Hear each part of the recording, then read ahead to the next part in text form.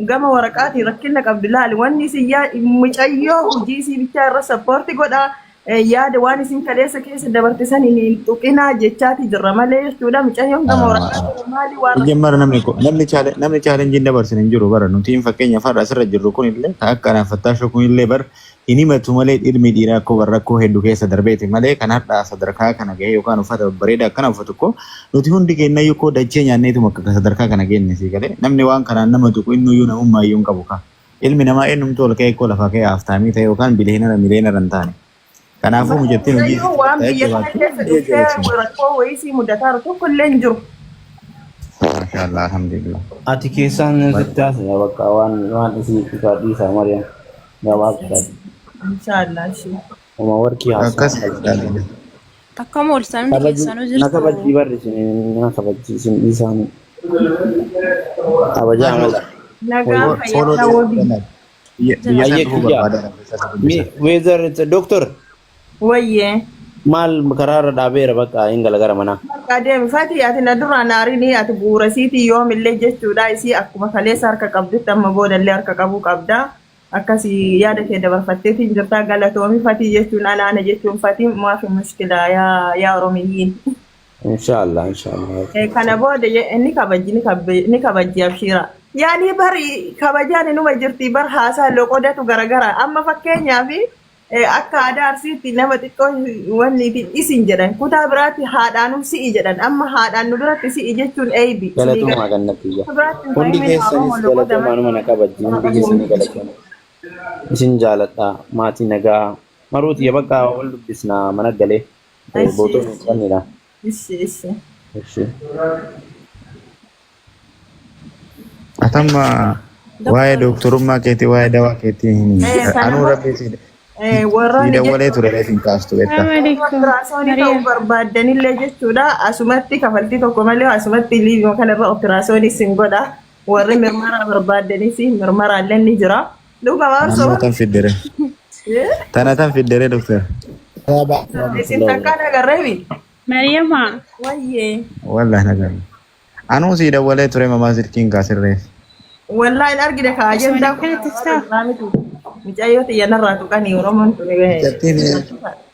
Dubbii yerreef ol nagalchitee si kenni takka ganna baaste beektaa nan beektulle waan ta'eef dhimma jallisanillee. Isiin bar isii laal ammallee Oromooti waan isinit dhaamadhu dalagaa kana keessatti maa isiin dantaan qabdu laal ammati dubbattee bikiyya waan qaata kimbilsi goote isiin diigalee sirriin irra na jalaan laalina. Anuu ol na seensistee sekendii takka inni dubbanna. Wallahi baay'ee isin hordofaa haa ta'u garuyyuu baay'ee itti gammadee irra caalaa waa. Nyaatu qabdi. Fakkeenyaaf akka kootti nama waa na gaafatu seenee waa'ee fayyaarra na gaafatu gizee inni na gaafatee ka'e yaanni namaa gargar hafuura baafachiisa beekaman suuta jedhee gabbuusa isin eegalee isiin san hin beektu asii fuutee darbiti gada. Gizee sanillee miira keessa jalaan seenee nama.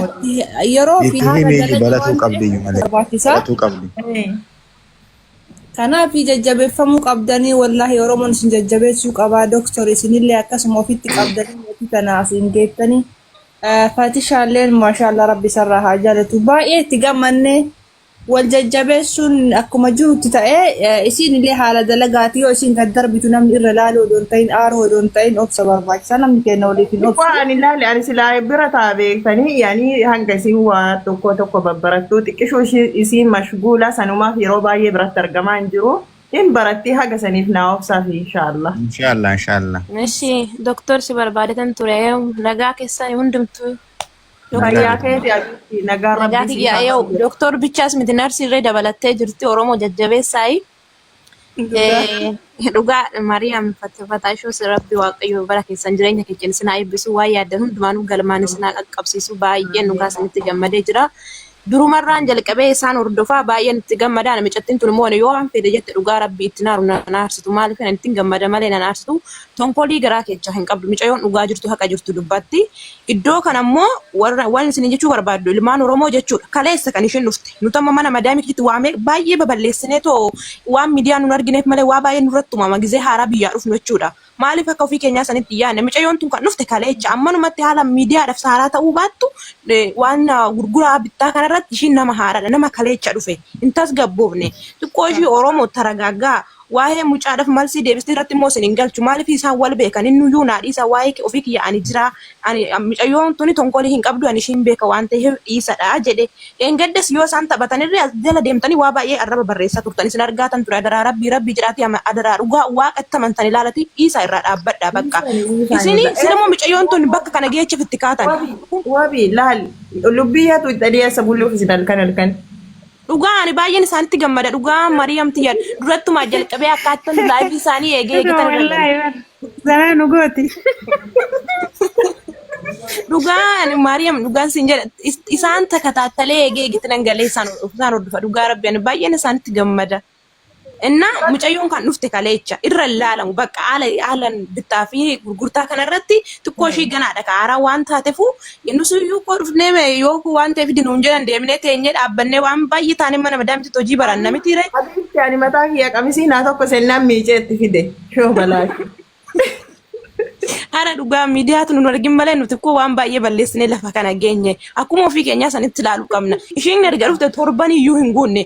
Eshi afaan keenyan illee dubbattees gurgurtu xiqqoo ishee haalli miidiyaa kanarratti gabaatti qabatan gargari xiqqoo ishee sammoo Mariam Faanis kunoo nama beekaa nama baratetu ishee bukkee jira hin gorsanii karaa gaaggaati mucayyoon gara fuulduraatitti nama akkamii taate dhuftee bakka warra miidiyaa kanarraa bakka of jalatti deebisti jechuudha kanaafuu Oromoo taraa gaaggaatti walaa jajjabeessinu diinaf dabarsinee walin laannu ofuma keenya wal gorsinee bakka itti dogoggorretti wal gorsinee bakka immoo gaarii goonetti saabii abshiritti fufi bakka goobas jennee akkasitti wal jajjabeessuu qabna malee warratti duuluun duula warratti banuun hin barbaachisu jira Oromoo. Galatoomi yaada gaarii dabarsitee namni yaada bilchaataa akkanaa kan nama dabarsu yaada raafuuti asuma tiktokii Dr. Mariam illee fooloo godhaa feesumaan. Follow godha bari kiyya Oromoo waan dhageetto tokko gizee jalqaba wayii ijoollee wayii jechuu ati abashaadhaan jette natti tol seentee yaani malaa waan imooji saniifuu nama biraa sinitti fakkaadhiriiti fooloo naa godhame nama feeta fooloo gootani. Amma fooloo sii godhaadhaan jidduu kana baay'ee fooloo sii godhaadhaan amma fooloo godhaatee asuma. Koona Mariam ani bara haajaa silaafatti irraa qabayyuu fatii fi sirraalle. Ani ismini lawe usma hase utale behe me nama harabiya na fidu dandeessu atis ta'e fati namni waan kana dandeetta nama harabiya fidu dandeettu diramo la shamara wallahi shamara fidan gama kuyyaan shamara fidu dandeettu marri afaan hin beene Dubai kana baay'ee dhufan jirtu dhufte leeji namni habibti madamonni didde warra kalli walli feena jetti jedhan deebii gabaasiteetti nimtu akkas aywa akkasii dhuguma bara dhufuun dhufti garuu as guutuu jiiseen wajji rakkattaa rakkootu jira sigalee kana.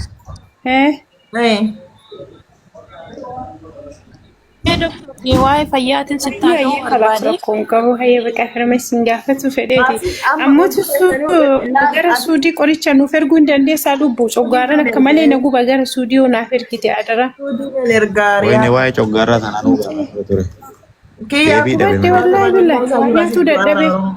Ammallee wanni Mariam dhuguu dhiisee bara ergatee maangoo dhugeen beeku. Coggaarraa fudhadhu kalee na dhukkuba. Wayme kiyya yeroo sakalifan wajjin. Akkasin haqatiyya baasuu diddanii jechuu ofii sappoorti wal gootan kanaa miti baransi fayyade maangoo irraa si dhoorge olgasan iyyuu wayya. Dr. Mariam ani haqa kee baasuu irratti sitti dabeen beeka? Naddabdeen beektu garuu jechuu Oromoo wallaa billaa haqatiyya awwaaltanii jechuu suuqii waliin eebbifattan rabbi sinitti argu. Ansitti dabeen beeka? Ati haqa akka ofii dandeettu na waliin dhiitamtee arrabamteellee jechuudha waan hin. Mee kanuma ol maal si godhame ammaa? Ani koo istiira gardhaatti koo jedhinaa si malaalan koo sababa keeti malee koo akka namoota kaawwaniititti hojii fakkeessee hojii nyaadhee hojii dhuguu hin wallaalle koo. Wallahi billahi nuuraddi yoo ilahi sheeritti godha. Wallahi billahi si dhiise sitti hin fakkaatin. Atamma waa'ee gabaa keetti dubbadhu. Kanaafuu jechuudha. Ila kun warri jechuudha. Warri haqa kiyya jechuudha. Oromummaallee simbiraa dhabe waa hunda simbiraa dhabe jechuudha. Rabbillee dhiisu ammoo anillee jechuudha hin dhiisu. Guyyaa wayii numa galtii jechuudha. Amma ati waa'ee gabaa keetti dubbadhuuti isa yeroo biraa dubbatta kiyyuu dhiisii bahe. Dhiifne bar bakka kuufnetti. Mariam akkanatti dura dhufee ammaan akkamimee dura doktor duraan ana akkamtu warafaa eeggadha please. Wabii tana operaasyoonii godheetiin kaa wabii tana operaasyoonii godha. waa'ee dalagaatirraa immoo maal barbaada isiniif fakkaata? Akka yaada kiyyaatti dawaa qabdanirraa waan tokko mee odoo asumaan nama azala jirutti illee wallahi dawaa waan barbaadan jechuudha. Tokkoffaa irratti dawaa zin jedhee isiniin kennuun isinii galee dawaa zin jedhee isiniin kennu akkaataa dhukkuba keessanii bareen jechuudha. Adamma fakkeenyaaf riyaanaan tuni garaachina gubaa jetti yoo ta'an jechuudha waan biraa dhukkubsattee jechuutti dabalte. Saniifuu waan isii dhukkuba miira isii guutuu irraa baree eegasii jechuudha dawaa isii barbaachisu laadhaaf ka dawaa barbaachisu taanaan kan barbaachisnes taanaan jechuudha malee akkanuma coggaarra na dhukkuba jetteetuma ol fuudhee akka karameellaatti si erguu hin danda'u dawaa. Anuu kasitti dhiyoo jiru koo erga si gaafadhe olmoos too dhiqaate ji'a lamoo sadii afur. Allaa si gaafa sanna hintee jennaan kiyya akkana siin jedhaati garuu jechuudha ayin bar gaafuma san operaasyoonii si godheessitu hin beekatini. Anam ergati maangoo dhiisi naan jette maangoo dhiisee kinu abukaadoo fayyadamaa jira garuu har'aaf kaleessa alhamdulillah natti furee jira yoo ka kanarra dhibee hin coggaarraa nama dhiisi jiraate okee. Amma laali ka kiyya amma nazzafamuu qabdaan warra dhiiraa kana fa'aa jiru garaachi gaafa sin dhukkube waalaikum assalaam wa rahmatullahi wa barakaatu warri dhiiraa fa'aa gaafa garaachi keessa yeroo yaala dhagaarii miti. Manun godinaati hanqisa yatii manu gootani. Isa dhugaati bar. Baqa inshallah meeldalla. Wallahi Maryam andu'e rabbi andu'e bar.